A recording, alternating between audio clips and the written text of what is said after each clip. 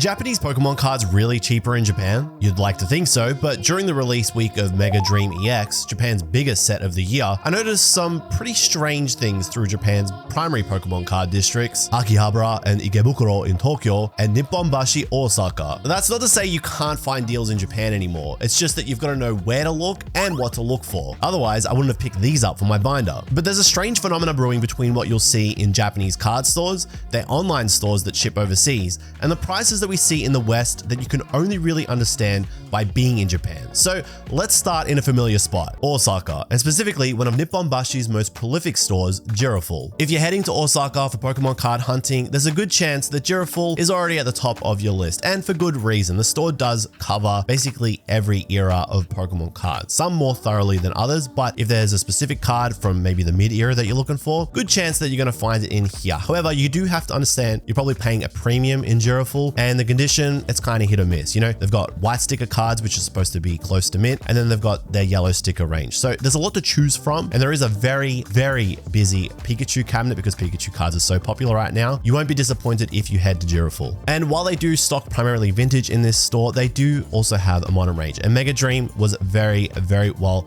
represented. Actually, when I came in the store, the cabinet was looking kind of empty, which probably meant somebody came in and bought a whole bunch of cards before I got there, but within about 5 or 10 minutes, the cabinet had been completely restocked, and we had a lot to work with here. So I felt like the art res could have been priced a little bit more competitively. Usually when you see 280 yen for art res as like the floor, you know you're in a pretty good spot. In here, we had about 380, 480, and then 2,480 for the Psyduck, which is the most popular art res. So not the best, most competitive pricing on the art res, but I always like to wait a little bit after release before picking those up anyway. As for the SARs and the MAs, they had pretty much everything. And like I said, it had just been restocked. The prices were well below what we were seeing at release week, which was good. These were very, very competitive prices, especially when you consider the MAs are 1 per booster box and the Charizard and the Gengar are the most popular. You know, 5,000, 6,000 yen. I was tempted, but I wanted to wait a little bit more. The SARs, again, across the board, it just varied. Electros was 2,000 yen there, which I felt was kind of crazy. The Mega Frostlass EX, 3,490 yen. That's a pretty good price, and I kind of regret not picking that up. For the most part, again, considering it's like 1 in 4 boxes that you find an SAR, which, you know, is a rough rate, those are pretty good prices for SARs. The Mega Dragonite was very cheap, 22,900 yen. And on reflection, I kind of wish that I'd bought it, but I don't like buying cards in the first store that I go to, especially the first store of the trip. I was kind of surprised because given how popular Giraful is as a store, I was kind of expecting to see things way more expensive than even online, but you know, 3,990 yen for that Mega Gengar EX, it's pretty good to me. This was the first time I'd visited Osaka since my 2024 trip, where I covered basically every store. So I wanted to see what things were looking like at the familiar spots before venturing to the new stores. By the way, this cool Legend ZA truck, that's your cue to subscribe to the channel. Thank you. One of my favorite stores during that trip was the Battle Tower, and that's because they had such a good range of modern and vintage cards too. Battle Tower has a lot of yellow sticker cards and now green sticker cards too, which are cash only and sold at a discount. They're like a manager's special kind of thing. There is also a whole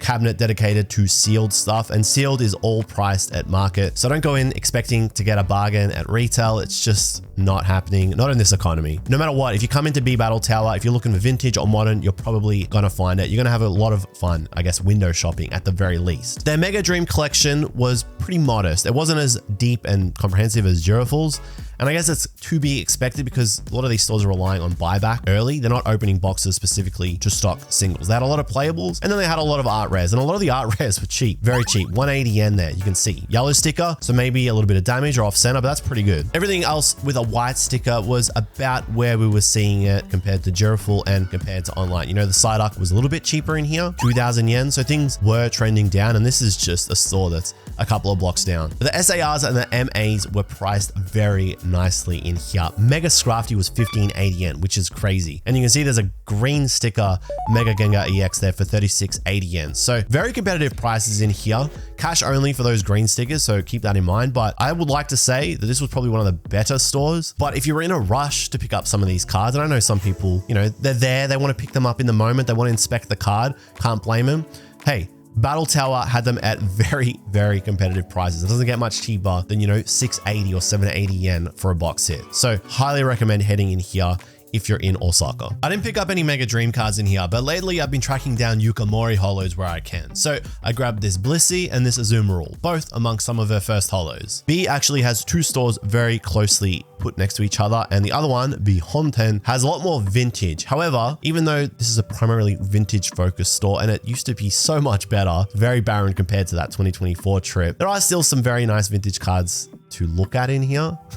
I want to say everything was very, very overpriced. You know, some of these cards I've picked up cheaper back home in Australia. But again, I'd bought these cards, you know, 1, 2, or 3 years ago. So things have changed a lot. I was surprised to see they had a lot of Mega Dream cards in here, maybe more than what we saw at B Battle Tower. The prices were about the same, so nothing crazy. A few more yellow sticker cards in here, or maybe different yellow sticker cards. You know, that Psyduck for 1380 yen, that's getting pretty tempting. But apart from that, no major standouts when it came to the MAs or the SARs. In fact, I think things were maybe a little bit more expensive in here than compared to Battle Tower. One giveaway as to whether a card store is worth picking up cards from is if you see a whole bunch of the same card in the same cabinet with different prices. Usually it can mean that maybe there's just so much stock, and it being release week means that maybe it's hard to sell things. They don't want to re-sticker the prices of certain cards. But if the cards are just sitting there and they're just lowering the price, getting people to buy them, it's usually a sign that maybe things are overpriced or the condition isn't the best. And so another store in the area that was kind of guilty of that, but is also one of my favorites, or was one of my favorites, and has changed a lot, is C Labo up here on level 5 of the Animate building. So if you remember from my previous Osaka video, this store is absolutely packed with vintage cards. Pretty much everything is yellow sticker in here now. So the cards you're buying aren't in perfect condition, but boy,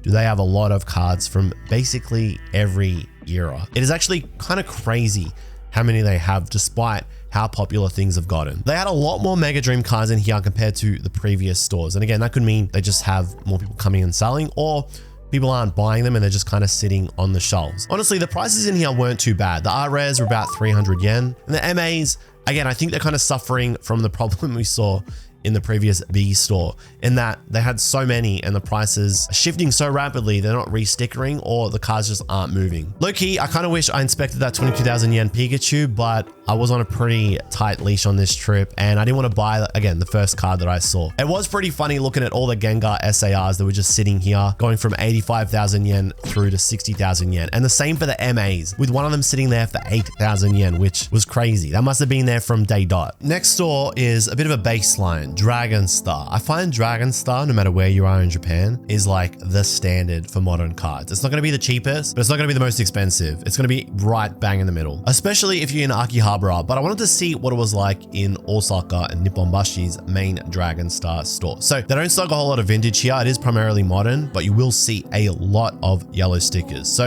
if you're looking for something a little bit cheaper than standard, maybe, you know, PSA 8, potentially grade, you'll probably find it in here. Being such a popular store and a store that does a lot of buybacks, I was expecting to see a lot of Mega Dream cards in here. And when I came in, not so much, but again, I got restocked very quickly. So I think it's just a matter of when you're visiting.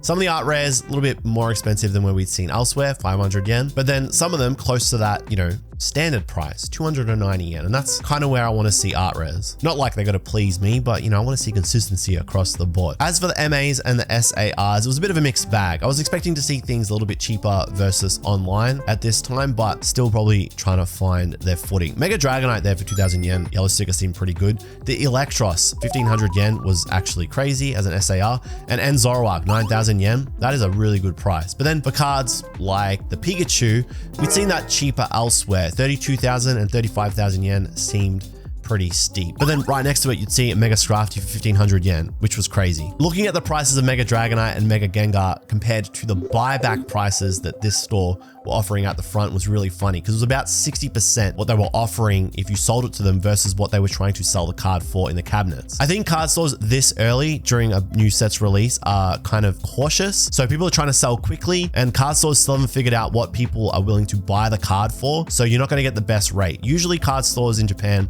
offer about 80 to 85%. So that was pretty harsh. Maybe about 100 meters away from this Dragon Star was a new store that wasn't here when I last visited, C Labo. This is a new location, and honestly, it just blows my mind how many Silabo are in Nipponbashi and how well stocked and how packed the cabinets are. So again, a whole bunch of vintage in here, most of it being yellow sticker, but pretty much every era had representation. The Mega Dream prices in here were actually much better than what we saw over at the 5th floor store in the Animate building. Most of the cards in here were yellow sticker, but boy, were they cheap. You know, 3,000 yen for that Gengar seemed like a pretty good deal. I know things still had a way to fall, but this was the kind of store where I felt like if you condition checked most of the cards, you were more likely to find a bargain. I wasn't in the business of buying the whole set on release, although that might change as things go on. But looking back, you know, 1,500 for that side art rare, that's pretty good. It doesn't get much lower than that. If I had more time, I probably would have checked out a whole bunch of cards in here and picked up a few, but there were plenty of other stores to see. There was one store that I really wanted to visit and see if it was actually still there, and that was AmTap. So when I came here in 2024, they had a lot of PSA cards and not a whole lot of modern singles. I think they were just starting up, so they were trying to build inventory, and they still had a lot of PSA cards, but they did have some Mega Dream, and the prices in here, wowee. Probably the best I'd see all day in Osaka. It wasn't the biggest range, it was all mixed between other modern sets that had released within the last 12 to 18 months, but the prices were pretty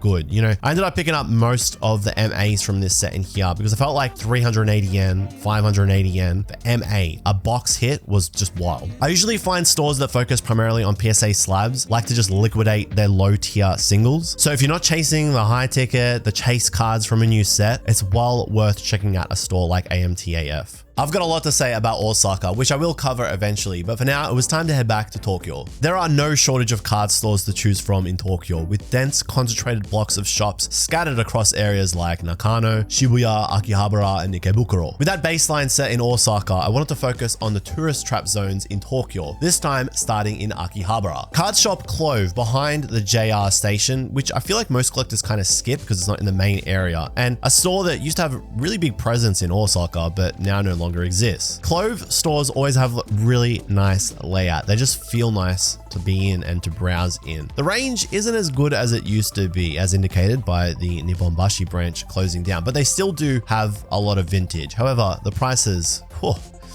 boy, have they changed. Not just with E-Series cards, but even with Sun and Moon cards, which I know have gained a bit of popularity over the last 6 to 8 months, but 20,800 yen for a Gengar Mimikyu, that's crazy. So when I saw that, I wasn't expecting the most competitive prices for the Mega Dream cards, even though they had a whole bunch in here, and yeah, it was kind of all over the place. Art rares were about 380, 480, 580 yen, with stuff like the Psyduck being about where we saw it in Osaka, so no major diss there. And I will say that the less popular SAR cards and MAs were a little bit cheaper, or about what we saw over in Nipponbashi, but they weren't a whole lot cheaper than what we were seeing online. They were about where I kind of expected. And you know, Clove is a prolific store, even though it is a bit out of the way amongst Japanese collectors. At least they do know Clove exists, so unlikely you're going to see major bargains in here. Pretty much everything was more expensive than what we saw over in Nipponbashi, even on those SARs that I thought were like ridiculously cheap, like the Mega Scrafty. But for some cards, there was a massive disparity, especially for the Pikachu. You know, I was seeing it here for 42,000 yen. The Team Rocket's Mewtwo was sold out, and the Canary SAR, which I was seeing anywhere between 8,000 to 10,000 yen, was 11,800 in here. The Mega Dragonite, much more expensive. So this would be the standard, I think, heading through the rest of the card stores in Akihabara, and it kind of made me wish I bought more cards in Osaka. The next store was a shop that I still can't quite put my finger on, Toreka Space on level 4. It's an interesting store. They have a lot of vintage, like a lot of it across every era, but you'll find when you pick up these cards and condition check them that they're mostly damaged. Now, I know vintage cards are old, so it's kind of to be expected, but it felt like pretty much every card I picked up in here wasn't worth checking out. So your mileage will vary, but it's always worth heading here. That is because they have a lot of PSA slabs. So like I mentioned earlier, stores that sell and focus on slabs kind of liquidate the lower tier stuff. Their Mega Dream cabinet was pretty thoroughly stocked. They had a lot more reverses in here, or maybe I just hadn't really noticed them so much in previous stores, but there was a lot to pick from here. And the yellow sticker cards, they were pretty decently priced, you know. You probably could have picked that Mega Dragonite up and wouldn't have been too bad of a buy. Art rares at about 280 yen is always a great sign. That's $3 Australian or 2 USD, which is wild. And even for popular Pokemon in play, like Biju, 380 yen. The SAR cards were at about the same prices we'd seen at previous stores, with a couple of fluctuations here or there. Although one thing I will note is that the centering in here was a little bit better. Most Mega Dream cards are right heavy, so you know, 3,980 yen for that Metagross, not bad. Mega Dragonite, 26,800 yen, much more expensive than what we saw at Girafale, but around about the same. Like I said, that trend of card stores that focus on high ticket items or grade a lot of cards, they like to just get rid of these ARs as soon as they come in. So well worth checking out Torokar Space if you're looking for mid to low tier cards. I'm going to dive into Torokar Space a bit more in the future, but for now, just be careful buying any vintage because most of it is kind of damaged. Heading back to where Clove Base was, and there's a very hidden store that I always like visiting when I'm in Japan. You do have to kind of go out of your way, and you wouldn't know it unless someone pointed it out, but it's a banger store. It's called Torokar Break, and the manager inside, super lovely every time I visit. The store is very tiny with only a few cabinets, and they aren't packed to the brim, but there are some very interesting cards in here. Every time I visit, it feels like there's something different, and the prices are honestly fair. This is a store owned by somebody who just really likes Pokemon cards. I've spoken to him before, and like I said, it's always delightful. They're doing it for the love of the game, even though they've got some absolute bangers in the cabinets here. And what I mean by that is it feels like it's a store targeting players, but then you look in a cabinet and see Masaki promos and gold stars, which is just wild. They didn't have the biggest Mega Dream cards, but they did have categorically the cheapest that I would see on the entire trip. So spoilers for the rest of the video, it doesn't get much cheaper than this. 450 yen for some of those MAs, and the art rares at 250. I always say 280 yen is the sweet spot, while 250 yen is even better. And the SARs were cheap too. You know, Iris there, I ended up picking that up because when's it going to get much cheaper than that? And it's illustrated by Kuroi Mori, who I think's went under the radar this past year for a lot of collectors. I also grabbed the Biju for 300 yen, which was as cheap as it'd get, as well as En Zekrom by Buntojo, who's slowly building a cult following online. The best way to explain Torokar Break is you'll never know what you find when you go there, so you should always head there if you're in the area. Next up in Tokyo is Ikebukuro, which is a bit of a mixed bag for Pokemon card stores. You're more likely to find hidden gems in Ikebukuro, like Trickstar, which is completely out of the way and doesn't have a whole lot of Pokemon cards, but what they do have is pretty decent. Not a whole lot of cabinets, and like I said, Pokemon does take a bit of a back seat, but the Pokemon that they do have, very well priced, especially for the Mega Dream cards, with most art rares being between 280 to 580 yen, and the big hitters like Biju, Team Rocket's Mimikyu, and the Psyduck being the exception. I probably would have bought more cards here if I hadn't spent money in Osaka, but I did bite the bullet on the Marnie's Grimmsnarl for 7,980 yen, which was a really good price. It's illustrated by Ligton, and the card is relatively playable, so I thought, in that condition, that price, why not? Another really good store in Ikebukuro for modern cards is Cardbox, and that's because Cardbox is a very player-focused store. That's not to say that they don't have a lot of cards for collectors, with a very, very comprehensive modern range that I could spend a whole lot of time talking about, but that's not why we're here. They don't have a very focused vintage cabinet, but they do have a yellow sticker cabinet that has a lot of vintage cards in it. So if that's your thing, you can spend a lot of time here. As for the Mega Dream, well, compared to Akihabara, it was much better here. Art rares at their floor, you were looking at about 250, 280, 380 yen. So that's always a very good sign. They had a lot of MAs and SARs in here, and the prices were good. In fact, while I was filming, somebody came in and bought a whole stack of the Mega Gengar EX MAs. So the SARs were all very well priced as well. Although I will say this, I did check them because I wanted to buy a couple of them, but I felt like the centering was just a little bit too off for my liking, or they had, you know, kind of chopped bottoms and tops. And that was symptomatic of all Mega Dream EX cards that I was looking at during the trip. So no specific diss on this store, but hey, Team Rocket's Mewtwo, 16,800 yen. That is a picker. He says that, but he didn't buy it. Heading back to Akihabara, and now we're at about 6 days after release. So in this little spot, there are a few new stores that have popped up since my recent trip. The first is Laurier TCG, and they have got a lot of cards here, everything from slabs through to vintage. I'd say slabs took up majority of the cabinet space, so a lot of focus there. And like I said earlier, stores that focus on slabs usually liquidate lower tier cards. Couldn't speak to the pricing of the slabs because I feel like slabs are a bit of a moving target, but I did think it was really funny how many Burger Chew PSA 10s they had just sitting here. Really goes to show how many of that card are out there. Lots and lots and lots of modern in here as well, with most of the popular chase singles from SV era sets and even earlier. It's on Shield. That is a really expensive Giratina. The Mega Dream prices, it's kind of weird in here, and I guess that's kind of symptomatic of the set no matter what store or area you were in. Trainer SARs, always around about that 3,500 to 4,500 yen range. The art rares, like I said, if I don't see them at base 280 or 300 yen, I'm kind of like, what's going on in here? So maybe this store is like an exception to that stores that sell slabs rule I was talking about. The other SARs and the more popular MAs were about where we'd seen them across Akihabara. I was noticing something really weird with Mega Dragonite though. Sometimes you see it for like 25,000 20,000 yen and other times 30,000. So that was a bit odd. Gengar was anywhere between 3,500 to 5,000 and Charizard was anywhere between 4,500 to 6,000. Again, kind of all over the place. Pikachu was a really weird one. I personally think Pikachu is the best card in the set, but Gengar is like the most pumped Pokemon at the moment, and it being in this set with an SAR, okay, it's going to do crazy things. Maybe Gengar's problem was that people were so hesitant about buying it that card stores had no option but to keep lowering it. So they shot really high, but no one was biting. In this same building, you'll find another store called Toreka Stella, and they focus primarily on vintage. There is modern too, but there are a lot of vintage cards here in the cabinets across multiple eras. There's a very solid mix of yellow sticker cards too, though you should be very cautious and wary of condition checking, especially in this climate. A lot of high ticket items too, not just slabs, but sealed as well. So a very cool store worth checking out. Lots and lots to pick from. The Mega Dream cards, again,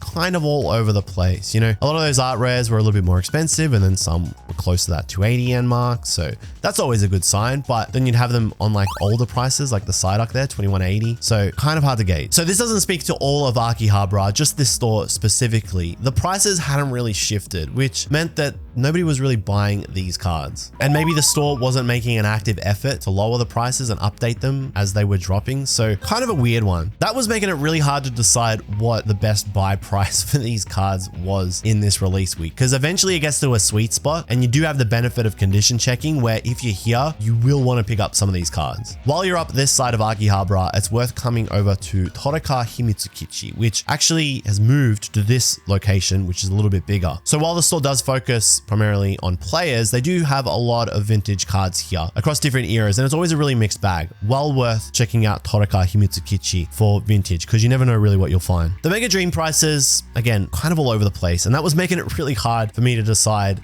when I was going to buy. I wasn't here for long and I did want to pick them up. Like I said, being able to check the condition of the cards is a massive, massive bonus when you're card shopping in Japan. Psyduck looked like it was landing around that 1780, 1500 yen mark, but then you'd have cards like the Mega Charizard, which were more expensive than anywhere we'd seen so far. And then you'd have SAR cards like Iono's Belly Bolt, which were the cheapest that we'd seen so far. So it was really hard. Probably the best pickup here was not the Mega Gengar SAR. No, it was the Mega Scrafty. I finally bit the bullet because I felt like 1680 yen was a really good price, and I picked up Ethan's Mag Cargo by one of the TCG's legends, Hideki Ishikawa. So with the Akihabara prices in mind, I actually went back to Ikebukuro one more time to see where things had landed. Heading out of Ikebukuro station, one of the first stores you'll see is Lamb, and I think Lamb kind of knows that, which is why the prices in here aren't the best. They're not the worst, but they're not ultra competitive. Lots and lots of modern cards to choose from, and one of the few stores that still sorts cards by energy type, so if that's your thing, maybe it makes it a bit easier for you to find stuff. Lamb has got you covered. A very small vintage range right at the front of the store, and most of the cards are damaged. However, they are pretty forthright with that, which you like. You love the transparency. As for the Mega Dream cards, well, they did have a cabinet full of them, but knowing what I know about Lamb, I